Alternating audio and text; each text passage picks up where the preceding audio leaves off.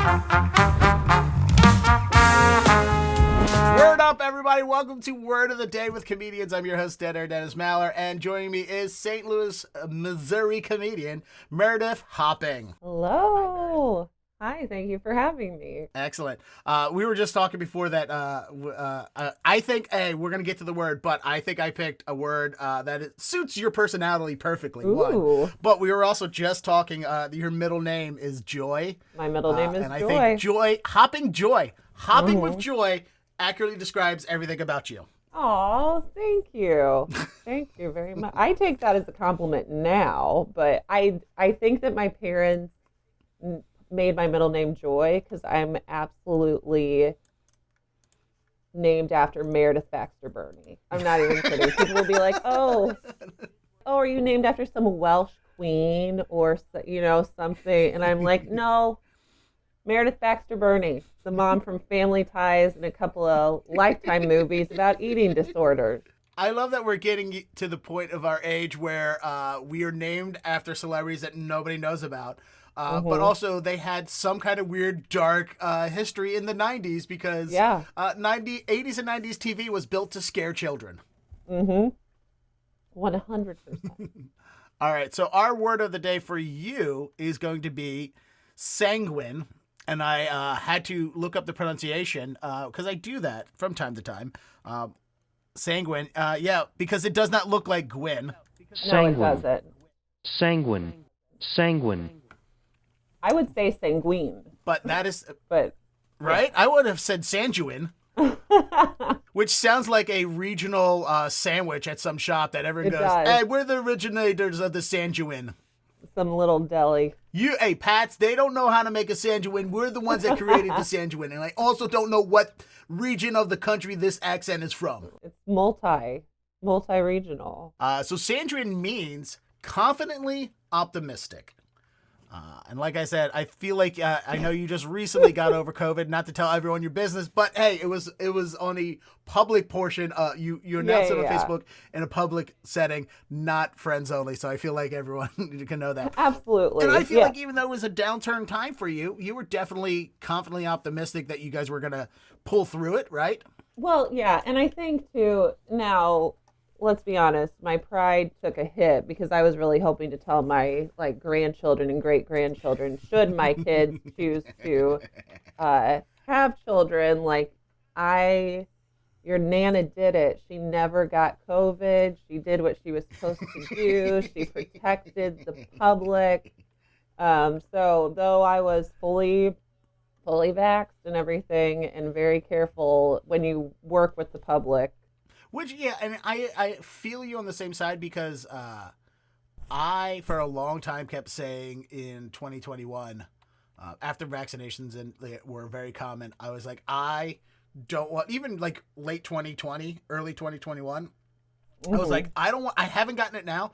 I don't want to get it now because I don't want to get it in the last hour. Like, that's the embarrassing part, is to get it in. Like, that's the... we're about to close, it's closing time at the bar, and that's when you puke. And you're like, no, you made it through the night. You should, without puking in the bar. Yeah. You want to make it a home to puke. In my Rumspringa experience, which is I got married super young, and then the period between my divorce and now I'm in a lovely committed relationship with an amazing partner, but I did a bit of self discovery and puked in not one but two different 22-year-old male comics cars. So yeah, and I'm 38, just for viewers to reference. So I was simply the quintessential cougar. I do like leopard print. And what I like to say is, if you want to guess if they're like 22 or not, if they keep making out with you after you puke, you know that they're 22.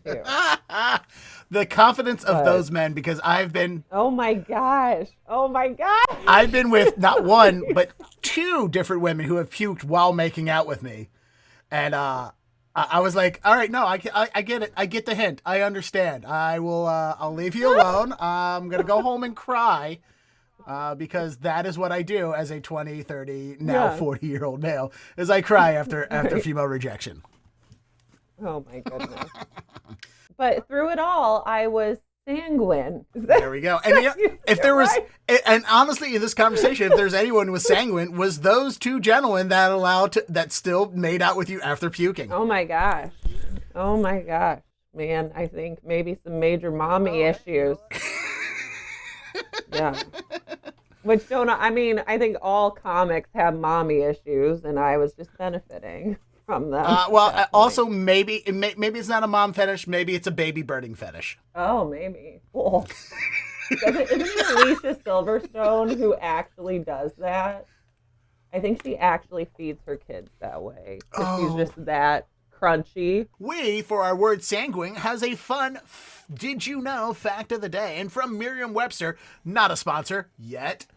Come on, Miriam. Let's go, John. Miriam, help me out here, okay? I got bills to pay. Mm-hmm. The fun did you know fact for the word sanguine is, if you're the sort of cheery soul who always looks on the bright side no matter what happens, you have a sanguine personality. Sanguine is the name of one of the temperaments that ancient and medieval scholars believed was caused by an abundance of one of the four humors. It comes from sanguineus. By the way, if I get any word pronunciations wrong, it's because I went to 6 years of community college and didn't graduate. It comes from sanguineus, Latin for of or relating to blood or bloody, and other centuries that have meaning ranging from bloodthirsty or bloodred to confidently optimistic. I feel like these are the opposite end of the spectrum for the etymology of this word. How does it jump from that? That's insane. Bloodthirsty to confidently optimistic. The only way to connect those two things is to say, I don't know, Dexter is bloodthirstily sanguine. Yeah. I mean, I kind of get that you have to be a little bloodthirsty to remain confidently optimistic.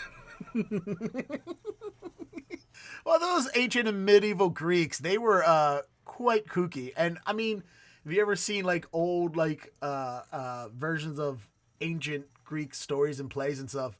They are very bloody and very sad. Yeah, for sure.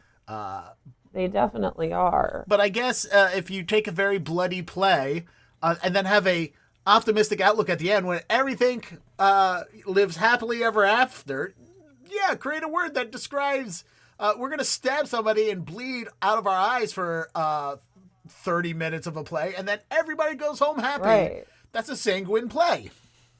Well, we go home happy because we learned a lesson, right? There we go. Don't kill our father and sleep with our mother. We learned that lesson. So we become confidently optimistic that we won't make that mistake. All right, now it's come to the point where we will create a sentence in context using our word of the day, sanguine. And of course, every good sentence in a definition has a subject of it, a person that this sentence is about. So let's go with someone that we can think of a name for a person that would represent sanguine, someone that would represent confidently optimistic. So what is a name of somebody you say that is an optimistic name for that person? Let's say, is a Chad an optimistic person? Is that a name that we want? No. Let's see here. A Chad is a guy that lives at the apartment complex near Busch Stadium.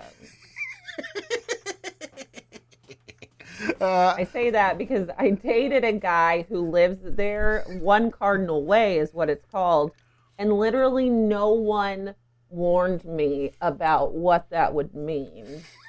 Right? Dating a guy that chooses to live at the ballpark. I feel like someone who lives near the stadium is either a really big sports fan, or two, a person who's really good at breaking into cars in the parking lot. Yeah. He was, in fact, a very, very, very big sports fan. But I'm a Cubs fan, so that's another reason it was never gonna work. Very much like you, I grew up in Baltimore after the O's had won their World Series in 1983 or whatever it was, 84 or whatever it was. So I grew up in the 80s and 90s as an Orioles fan. So now naturally I hate sports. So Ah, that's funny. That's really all funny. right, We I didn't think think of we a got the name person, for someone who's though. optimistic. Yes, What? I think we have it. It's Gladys. Ooh, I know it's that an is old a name good that's not one. used anymore, but I think if you go to that grocery store and there is a Gladys behind that register, you know she's going to smile and tell you, wish you a happy, merry day on your way. So we will use Gladys as our subject. I mean, glad it like healthcare workers right now. They're sanguine. Every time I see sanguine, I just think sangria, and it's making Ooh. me want to drink. And it's only 9 a.m. here. Let's use that. All right, everybody, we have officially picked our word of the day. We have defined it, and we have now constructed a sentence using it in context. And to present all that for you, here is my guest, Meredith Hopping. So sanguine, our word of the day, means confidently optimistic. And a little bit of its origin for you. It comes from sanguineus, Latin for of or relating to blood or bloody. And over centuries has had meanings ranging from bloodthirsty and bloodred to confidently optimistic. No wonder people love learning English. It's a real treat. And our sentence, while we were using it in a sentence, we decided on while Gladys's friends were unsure of the blood orange, get it, blood, sangrias at the new fancy schmancy gastropub, the promise of something new had her feeling sanguine. All right, excellent. Oh, man. All right, we officially expanded our vocabulary by one more word. Thank you so much, Meredith, for being on the show with me and Yes. helping me learn one more word. And so did our audience today. Please tell all of them where they can find you. Yeah, oh, this is my cat Matilda. She wanted to be slow. So yes, you can find me on the socials at Meredith Hopping, just my name, my first name and my last name. Also, I have just started a podcast called OGs. It's OHGEEZ, and I would love to have you follow that and tune in. Excellent. Thank you so much. And everybody, thanks again for watching, and word up.